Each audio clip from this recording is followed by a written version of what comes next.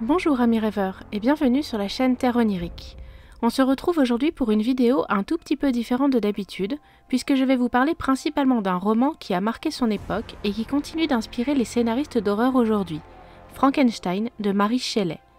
Je vous présente également quelques adaptations de celui-ci en seconde partie de la vidéo. Prêt? Eh bien dans ce cas, bon voyage!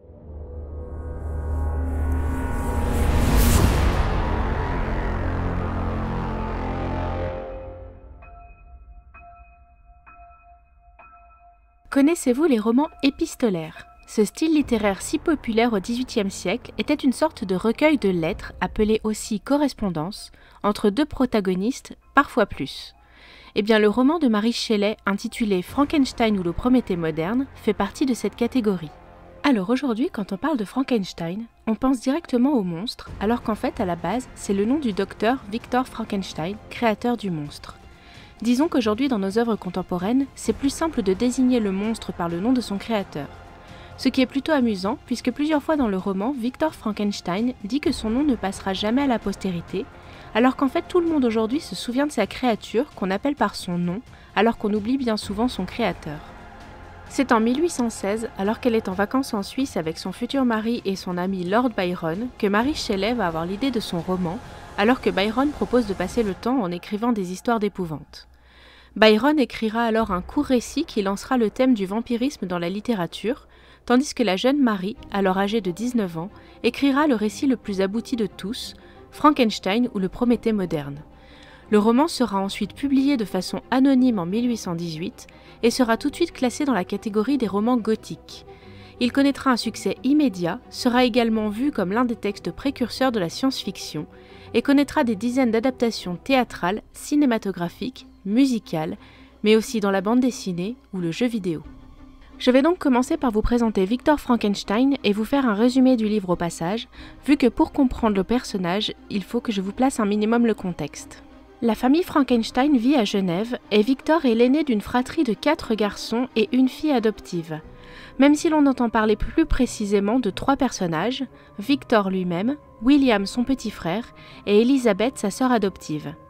Le père de famille est médecin et Victor semble vouloir suivre ses traces. Il est obnubilé par les récits sur la pierre philosophale, mais aussi et surtout par les recherches sur la création de la vie. Pendant plusieurs mois, Victor va assembler sa créature faite à partir de nombreux morceaux de cadavres humains. Puis, suite à ses recherches sur l'impact de l'électricité sur le corps humain, il va réussir à réanimer la créature. Seulement voilà, une fois face à son œuvre, Victor va se rendre compte de l'horreur de ses recherches et il va prendre la fuite, laissant sa créature seule sans plus se préoccuper de son sort. On fait un petit tour du côté de la créature maintenant pour comprendre la suite de l'histoire. Donc une fois seule, la créature va devoir apprendre à vivre et comprendre seule le monde qui l'entoure. Seulement voilà, les humains qu'il va croiser seront dégoûtés et apeurés par son apparence repoussante. Alors oui, je dis la créature, mais je le désigne aussi sous le pronom « il » parce qu'il a une apparence masculine. Reprenons. Dans le livre, il est dit qu'il mesure environ 2,43 m, qu'il a une peau jaune, les muscles et les veines très visibles, le visage ridé, une chevelure brillante et très abondante, des dents d'une blancheur irréelle et des yeux sans couleur comme les yeux d'un cadavre. Et oui, Hollywood est passé par là, c'est pour ça que vous n'en avez pas du tout cette vision. La créature va vivre un temps caché dans l'ombre auprès d'une famille française où il va apprendre entre autres à parler. Il va les aider, mais toujours sans se montrer. C'est le jour où le père de famille va se rendre compte de sa présence qu'il va le frapper et le chasser. La créature va donc être triste et en colère, mais comme il n'a jamais appris à gérer ses émotions, il va se laisser submerger par elle. Il va donc chercher à retrouver son créateur pour se venger de l'avoir abandonné à son sort. C'est en cherchant Victor du côté de Genève qu'il va trouver William, le petit frère de Victor. Celui-ci se moque de son apparence, ce qui énerve la créature, et quand l'enfant lui révèle son nom, la créature l'attrape par le cou et le tue. Il va ensuite faire en sorte que ce soit la jeune Justine, servante de la famille Frankenstein, qui soit accusée puis pendue sur la place publique par une foule en colère. Il va ensuite voir Victor et exiger de lui qu'il crée une compagne, jurant qu'une fois ceci fait, il partira avec elle et ne fera plus jamais de mal aux humains.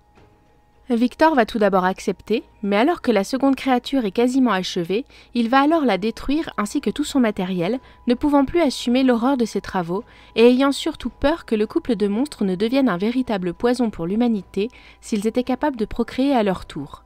La première créature lui jure alors qu'il va faire de sa vie un enfer et qu'il va détruire tout ce que Victor aime dans ce monde. Prenant la menace au sérieux, Victor va alors fuir avec Elizabeth, sa sœur adoptive qu'il a entre-temps demandé en mariage.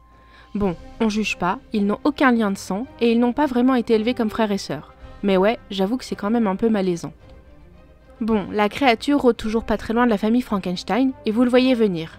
À peine Victor et Elizabeth sont-ils mariés que la créature surgit dans la chambre nuptiale et assassine la pauvre jeune mariée.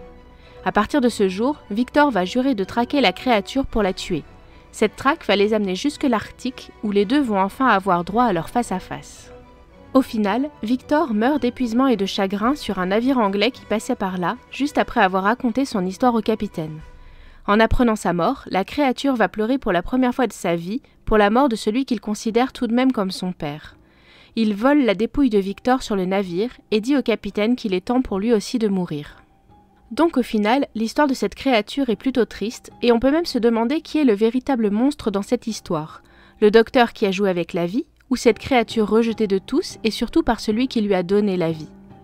Dans tous les cas, cette histoire va inspirer de nombreuses œuvres et va connaître pas mal d'adaptations plus ou moins fidèles à l'œuvre originale, faisant de la créature de Frankenstein un incontournable du cinéma d'horreur, tantôt présenté comme un monstre, tantôt comme une victime.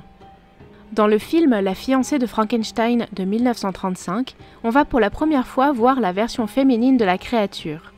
La coiffure de la jeune femme, cheveux noirs dressés sur la tête avec 2 mèches blanches de chaque côté au niveau des tempes, deviendra elle aussi une référence puisque c'est comme ça qu'elle sera le plus souvent représentée dans les films et autres adaptations.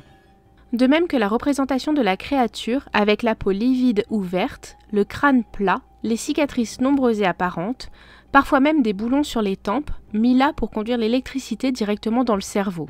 C'est une création hollywoodienne des années 30 qui restera dans les représentations futures de la créature. Le docteur Frankenstein, quant à lui, aura aussi plusieurs interprétations. On le présentera aussi bien comme un médecin passionné par ses recherches sur la vie que comme l'archétype du savant fou. D'ailleurs, la fameuse réplique « It's alive !» tirée du film de 1931 reste encore aujourd'hui une référence. Ce qui me permet de faire une transition en douceur vers la seconde partie de cette vidéo.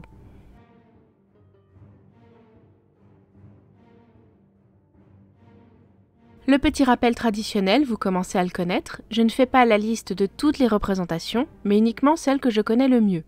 Je vous laisse en barre d'infos le lien vers la page des adaptations de Frankenstein pour que vous puissiez voir un peu tout ce qui existe autour de cette œuvre et surtout à quel point il y en a énormément. Et en attendant, j'ai choisi de vous présenter 2 films d'animation et 2 séries. Donc, on commence tout de suite avec le film Frankenstein de Kenneth Branagh en 1994. Ce film est sans doute le plus fidèle à l'œuvre originale de Mary Shelley. On y retrouve le jeune Victor Frankenstein, joué par Kenneth Branagh lui-même. Vous le connaissez sous les traits du professeur Lockhart dans Harry Potter. Donc, Victor passe une part du film à chercher comment donner la vie à sa créature, interprétée par l'excellent Robert De Niro, qui réussira à très bien retranscrire les émotions de la créature tout au long du film, à tel point que même dans les pires moments, on a du mal à le détester. Et on retrouve aussi Helena Bonham Carter, qui joue Elizabeth, la sœur adoptive de Victor. Vous savez, Bellatrix Lestrange dans Harry Potter. Le film a un peu vieilli visuellement, mais franchement, si vous avez l'occasion de le voir, il est vraiment bien niveau scénario et jeu des acteurs.